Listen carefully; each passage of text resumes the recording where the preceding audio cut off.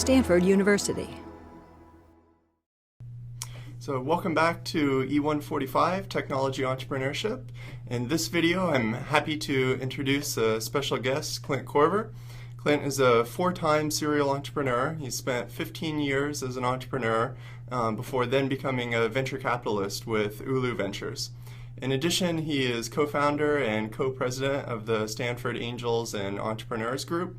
He has a PhD and master's degrees from Stanford, as well as an undergraduate degree from Grinnell College. So thank you very much for joining us, and I'm looking forward to your session, teaching the class more about board of directors and how they work. Thank you, Chuck. It's a pleasure to be here. Great.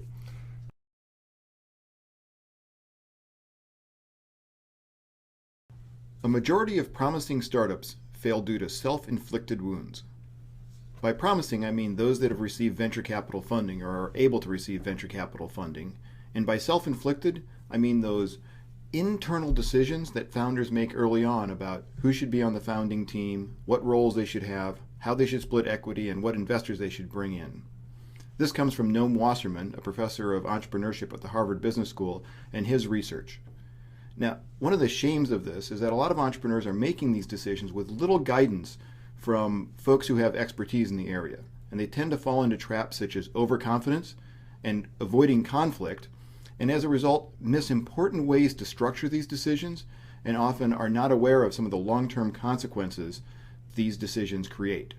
Boards, formal or informal, can help. In this short video, I'm going to describe the role of boards in a startup, how you can use them, and how they change over time. Boards, from a legal point of view, are charged with the responsibility of governing the corporation. Now, I'm taking a U.S. perspective on this, so it might be slightly different in countries outside the United States. But in the United States, the reason for this legal structure was to address the inherent potential conflicts between owners of a corporation and the management of a corporation. So when you have investors that are not there full-time, but have an equity interest in a company, there are important decisions management can make where they trade off their interest versus these shareholders. So for example, if you've got a small company and at the end of the year you have $1 million in profit, management can decide to give that to themselves in the form of bonuses or give that to shareholders in the form of dividends.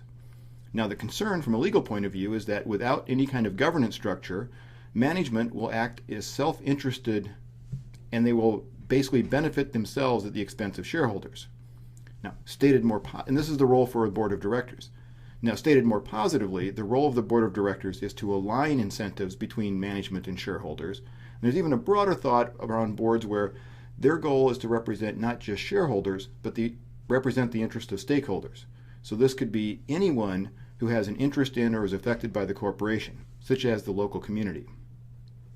Now, this is the legal structure for a board, but there might be other reasons why you as a startup might want to create a board. So beyond just being legally required, there's a form of accountability that can benefit startups. So my first board, when I created a company coming right out of school, I had an ex-venture capitalist, a professor of entrepreneurship, and a lawyer on my board. These were people I knew, I respected, and I wanted to perform highly in front of. This kind of motivation can raise the standards inside of a company and create better performance. Also, boards are a unique perspective to give objective feedback. Unlike customers and competitors and folks in the industry, they're on your side of the table. Their goal is to help you build a company as well. And they still have the outside perspective, so they can give you a unique type of feedback to help you make better decisions. Boards also for startup companies provide a complementary skill set. Many startup companies only have a partial management team. Maybe you've got a customer expertise and maybe you've got some product expertise, but maybe no financial expertise. So a board member for a short period of time can fill in that financial expertise and create a better functioning team. Boards also play mentoring and coaching roles. In some of my boards, I meet with the founders of my boards on a regular basis, a couple of times a month, focused specifically on their personal growth.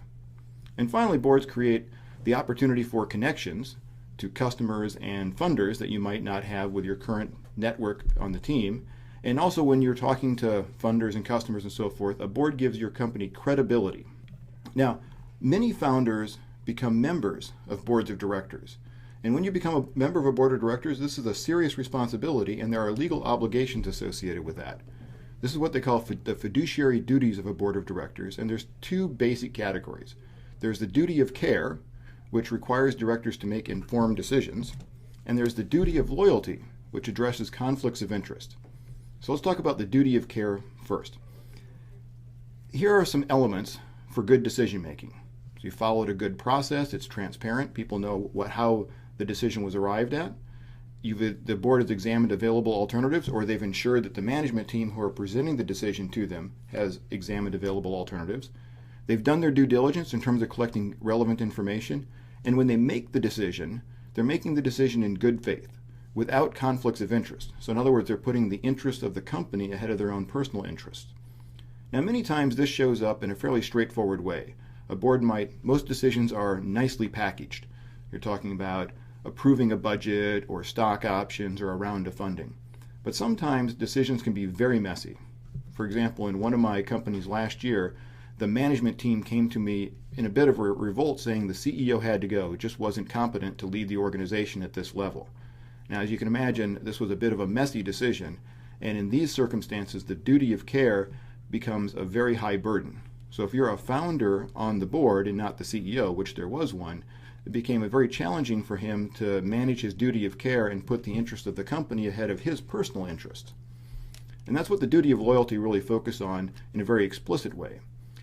What this says is that when you're a board member, you take off whatever interest you have personally or whatever stakeholders you represent, and you're thinking first about the corporation, even if this is not in your best interest.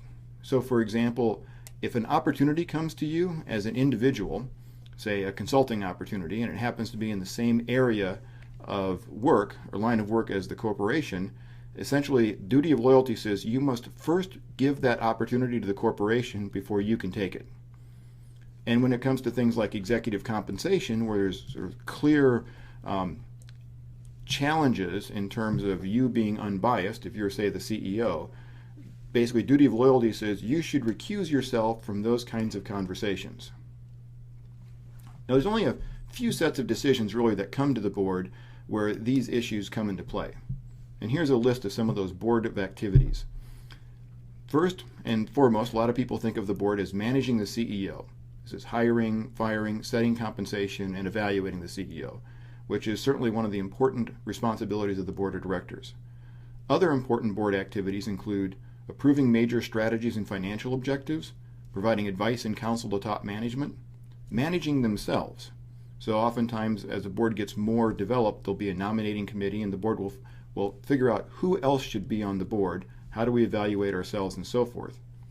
And there's a compliance portion of the board, which is reviewing the adequacy of systems to comply with laws and regulations. So we've now gone through, I call it sort of the basics of what a board does and what their legal responsibilities are. So let's now get into the mechanics of what a board meeting really looks like. Here's an example of a typical board meeting structure. So this would be true for not only startup companies, but larger companies may have something like this as well. Board meetings happen on average 8 times a year for VC-funded companies. They may happen more frequently, or quickly as monthly for the very early startups, and more like quarterly for more mature companies. So a board meeting lasts 2 to 5 hours. It'll have board members present. There might be a couple of observers. And the very first thing you do is review the agenda and purpose. So make sure everybody understands why they're there. Approve the minutes of the last meeting. The idea here is that we're keeping a formal record of what goes on in those board meetings, and this formal record of decisions made is important for the governance of the company. And then the third element here is review relevant parts of the business. Now, one of the challenges of a board member is you only show up once a quarter, once a month. Maybe you have a few conversations in the meantime, but these are busy people, often have a lot of other things going on. And so to help them get their heads back into the business, it's helpful to have this upfront, if you will, review of the plan. Matter of fact, I would call the first 3 elements here essentially helping people understand the plan, helping people understand how they've gotten there and give them context. Once we have that, Now it's the idea is to review, okay, well, where are we as a company? A lot of venture capitalists and board members like this notion of reviewing the highlights and lowlights since the last time we met. So think of this as a one-page summary of the good things that have happened and the bad things that have happened since the last board meeting. Then there's a review of the financial performance. So boards are in fiduciary responsibilities, managing the finances of the company and making sure that's handled in an appropriate way is one of the important responsibilities of a board. And so there'll often be a review of the income statement, cash flow, balance sheet, other sort of financial metrics. And finally, reviewing performance versus key metrics in the company. This could be metrics associated with the technology, the customers, or whatever is important for understanding the business. These next three I call essentially monitoring the progress of the company. Then we get into a less structured element of the agenda, which depends very much on what's going on in that particular time period, but making decisions. So this could be making decisions that are simple decisions, such as boards approving stock equity grants, which is something they're required to do, or it can be much more challenging decisions. So in the case of the company I mentioned last year, the management team is in revolt against the CEO. What do we do? Do we fire the CEO? Do we fire the management team? How do we manage all this? Incidentally, the decision in that case was to bring in someone who was an expert on teams and do 360-degree reviews and essentially do a team building exercise and team assessment exercise to see where we really were. This I would call setting priorities. So once you've made decisions, then the next item is we'll set goals and action items so that everyone's confident this decision is going to get implemented in a high quality way. This is all relatively structured and common with most board meetings. The next two can either happen in a board meeting or outside of a board meeting, but it's more open-ended. So discussing challenges. So for example, in we have one company that is running low on money. They don't have a specific decision, but there's this general problem of we're running low on money, what do we do? And so the board is a good context, appropriately framed, for having this conversation. And that discussing challenges happens with the CEO in the room. Executive session is an important component of board meetings which happen without the CEO in a room. What this allows is the board to have a conversation without the personal, if you will, barriers that might be created or hindrances of having a CEO in the room, and just to be able to have a very transparent and open meeting. And oftentimes after an executive session, the CEO will come back in and the board will review that conversation. This last bit I'd call addressing problems. So within a board meeting, you have this flow of the plan, the progress, the priorities, and the problems that ultimately create a functioning board meeting. And by the way, this is the standard board meeting. When you have exigent circumstances, so I have one of my companies right now had got an acquisition offer, and so we're having board meetings every couple of days as we try to figure out how we address this situation. So there are situations like this where it's not a typical board meeting, but it's handling specific circumstances. So here's how boards change over time. So I've given you very much the view of a startup seed stage board, if you will, this founding area, where there are 1 to 4 directors. It's mostly comprised of founders. Maybe you have an independent person. In my first startup, I had 3 independent people, which is unusual, but I found very helpful. And the needs at that level are oftentimes very startup related and product related. And from a governance point of view, there's often not a lot of governance overhead that's really required. There's an annual meeting that's required legally, but other than that, and basically having regular meetings and just monitoring progress is usually all that is required or all that is needed. Once funding happens, so at the seed level, the second column down here, now more overhead starts to show up in the board. Investors will want board representation to look after their interest, and so you will add investors to the mix.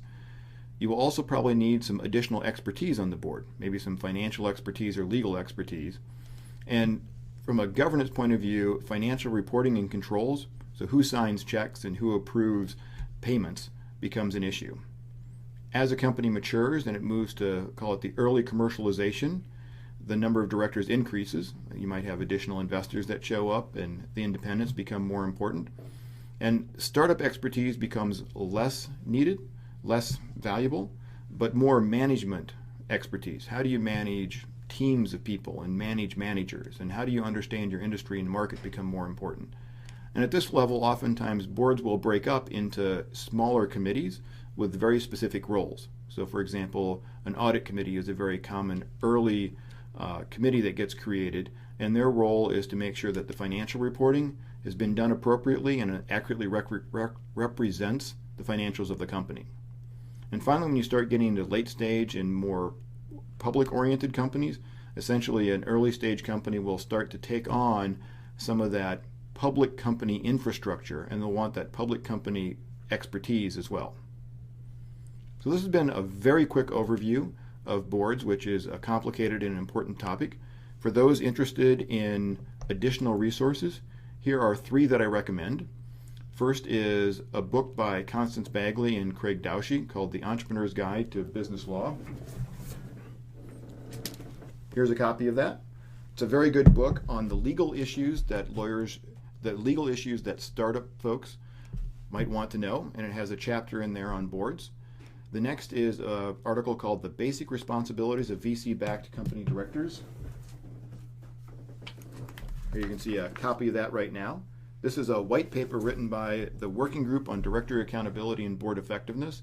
It's a free white paper and is available at the websites you see here, nvca.org and Wilson WSGR, which is Wilson Sonsini, the law firm's website. And the last one I'd recommend is a Harvard Business School case study, How Serial Entrepreneurs Build and Manage a Board of Directors in a Venture-Backed Startup. Now, all of these give you different flavors of startup boards. There's not a book that I can recommend, unfortunately. I wish there was. Most of the literature out there on boards is really focused on large public companies or nonprofit companies, and there's very little on startup boards. So I'd start here, and thank you for your time. So thanks, that was great. Just a couple of questions that might be of interest to the students either at Stanford or watching online. I know you also teach a class at Stanford called The Boardroom on how entrepreneurs can build and interact with their boards. So I'm wondering, what are some of the common mistakes that you see first-time entrepreneurs or students make with respect to their boards? Well, there are a handful of common mistakes. Probably the most common is actually not having a board. So once you incorporate, you're legally required to have one, and there are some obligations that come along with that. But more importantly for a startup company, it's not having a board is a missed opportunity to bring in some fresh perspectives and bring in some folks with real expertise who would be on your side of the table. I guess another common problem would be for those companies that do build boards. A lot of times they put their friends or family on a board and they don't think very carefully about who the board member should be. And again, this is a missed opportunity. And when important issues come up, like the CEO is not the right person or a funding event, these are the persons that are going to have decision-making authority in your company, and you want them to be the folks that have the appropriate expertise to help you make those decisions. And just a third problem I'd highlight is startup companies that put all of the founders on the board. While this may seem like an easy thing to do early on, it creates confusion with respect to decision-making authority in a company. So companies are set up in such a way that the CEO makes all of the management decisions, and then the CEO reports to the board. Well, if the CEO is responsible for making management decisions, in other words, the buck stops there with respect to the other founders, but now the other founders are also on the board and the CEO is reporting to them, it can create real confusion, especially around important decisions where there's controversy. Great. Can you also tell us a bit more about the Stanford Angels and Entrepreneurs Group? If I'm a Stanford student or Stanford alum watching, or even a non-Stanford alum in Silicon Valley watching the video, where can I learn more and how can I get involved? So Stanford Angels and Entrepreneurs is an official alumni association group that's been in existence for about a year. You can learn more, by the way, at www.stanfordangelsandentrepreneurs.com or by going to the Stanford Alumni Association website.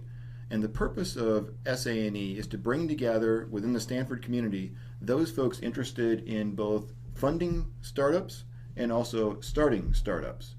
And there's this rich set of resources here on campus. And when you become an alumnus, it's often challenging to get hooked back into the organization. And so this organization is meant to be a helping alumni get hooked back into all the exciting entrepreneurial activities going on here at Stanford. And like I said, we've been around for about a year and we have over 250 members so far. Great, great. So thank you once again for being here and for teaching us a bit more about boards of directors. Thanks, Chuck. It's been a pleasure. Great. For more, please visit us at stanford.edu.